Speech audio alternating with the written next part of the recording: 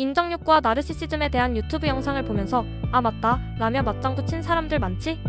안티정신 분석가 이덕화가 과학과 논리의 이름으로 그대의 맞장구를 용서하지 않겠다. 논문을 많이 발표한 교수 또는 정신과 전문의를 거의 절대적으로 신뢰하는 사람들 많지? 진화심리학자 본자가 과학과 논리의 이름으로 그대의 신뢰를 용서하지 않겠다. 본자가 자식을 이빠이 잘못 키워서 죄송이 만땅이에요 크크. 한국에서는 자식이 큰 잘못을 저지르면 유명인 부모가 공개적으로 사과할 때가 많아. 부모의 교육 방식이 자식의 성격과 도덕성에 큰 영향을 끼친다고 믿기 때문이야. 정말 그럴까?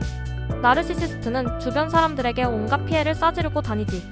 자식을 나르시시스트로 키운 부모의 책임은 내가 묻겠다는 거야. 라는 추궁이 합당할까? 자식의 인정욕구에 부모가 적절하게 반응하지 않아서 나르시시스트가 되는 경우가 많다고 흑자일스는 주장해.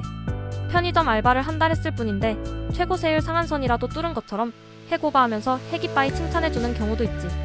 상당한 성취를 이루었는데 칭찬해주기는커녕 지구에 빵꾸라도 낸 것처럼 비아냥대는 경우도 있지. 인정욕구에 대한 부모의 이런 괴상한 반응이 정말로 나르시시즘을 유발할까?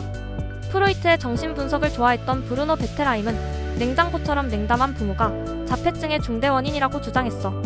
프로이트는 어린 시절의 트라우마가 특히 부모 자식 사이에서 발생하는 트라우마가 심리 발달에 막대한 영향을 끼친다고 믿었어. 자폐아와 부모 사이의 상호작용을 관찰해보면 부모가 상당히 냉담해 보여. 자폐증과 부모의 냉담함 사이에 커다란 상관관계가 있어 보여.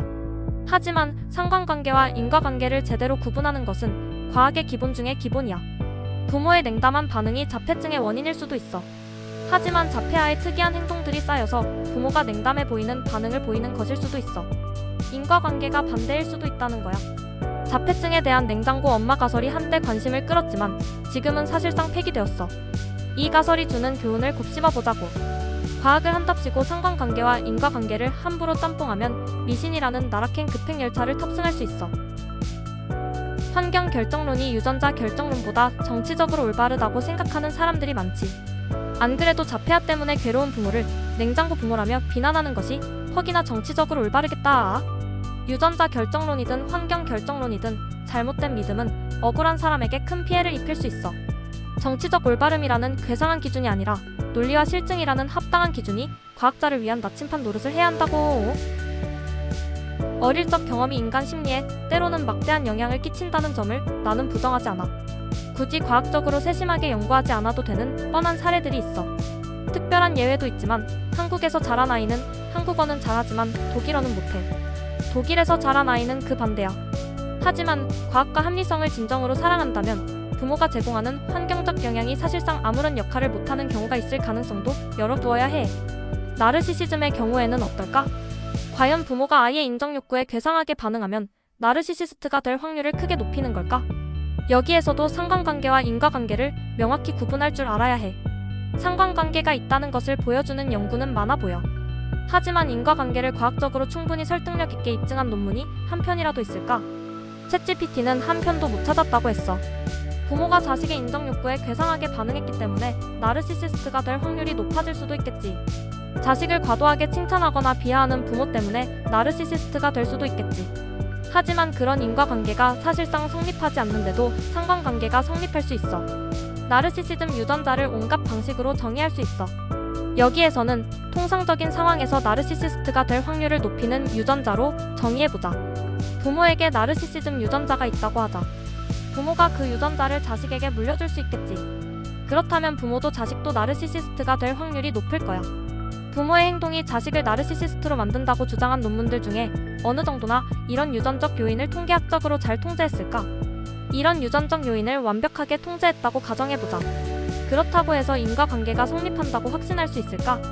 자식의 회상에 기반한 연구가 있다고 하자. 나르시시스트는 자기에게 유리한 방향으로 이야기하는 경향이 일반인보다 훨씬 강해. 무슨 문제가 생겼을 때 자기 잘못이 아니라 남의 잘못 때문이라고 우긴다는 거지. 과연 나르시시스트가 부모의 행동을 정확하게 보고할까? 일반인에 비하면 부모를 괴상한 사람으로 묘사할 확률이 훨씬 높을 것 같아. 그렇다면 나르시시스트의 보고에 의존한 연구는 실상을 엄청나게 왜곡해서 상관관계를 창조해내거나 과장할 수 있을 거야. 여기에서 언급한 두 가지 문제 말고도 연구를 심각하게 오염시킬 수 있는 요인들이 여러 가지 있을 것 같아. 수십 년 전에는 상관관계만 들이대면 충분하다고 생각한 학자들이 많았던 것 같아. 자기 보고 방법론 때문에 심각하게 오염되었을지도 모르는 표면적 상관관계만 들이대도 충분하다는 식이었던 것 같아. 그러면서 인정욕구에 대한 부모의 괴상한 반응이 나르시시즘의 원인이라고 무작정 믿는 거지. 이렇게 편리하게 과학이랍시고 떠들어대던 사회과학자들이 많았던 것 같아. 그래서 자연과학자들이 사회과학을 보고 물러터진 과학이라고 조롱한 것은 아닐까? 행동유전학자들이 본격적으로 출동하면서 그런 믿음이 점점 무너지는 것 같아. 나르시시즘을 포함하여 성격이나 도덕성의 발달에 대한 학계의 믿음이 점점 변하는 것 같아. 이전에는 부모의 영향 또는 공유된 가정 환경의 영향이 매우 크다는 입장이었어. 이제는 그런 영향이 아주 작거나 아예 없다는 입장으로 점점 변하는 것 같아. 지독한 학대와 같은 대단히 특수한 가정 환경을 제외한다면 말이야. 그런데도 원은수 교수처럼 엄격한 방법론 따위는 별로 신경 쓰지 않는 것 같은 과학자들은 그런 변화에 대단히 둔감해 보여. 정치적 올바름의 이름으로 그대의 논리와 실증과 엄밀성을 용서하지 않겠다. 지금도 여전히 커다란 전선이 그려져 있어. 한편에는 정치적 올바름보다는 논리와 실증이라는 기준으로 인간 심리를 파헤치려는 행동유전학과 진화심리학이 있어. 다른 한편에는 정신분석, 주류 사회심리학, 주류 문화심리학, 페미니즘, 마르크스주의가 있어. 이들 중 일부는 정치적 올바름에 대단히 집착해. 그건 정치적으로 올바른 것이 아니라 학문적 엄밀성을 내팽개치는 교수들에게 철밥통적으로 올바른 거라고. 나는 관련 논문을 거의 읽어보지 않은 상태에서 일단 챗GPT에게 물어보고 이 영상을 제작했어. 이게 이 영상의 명백한 한계야.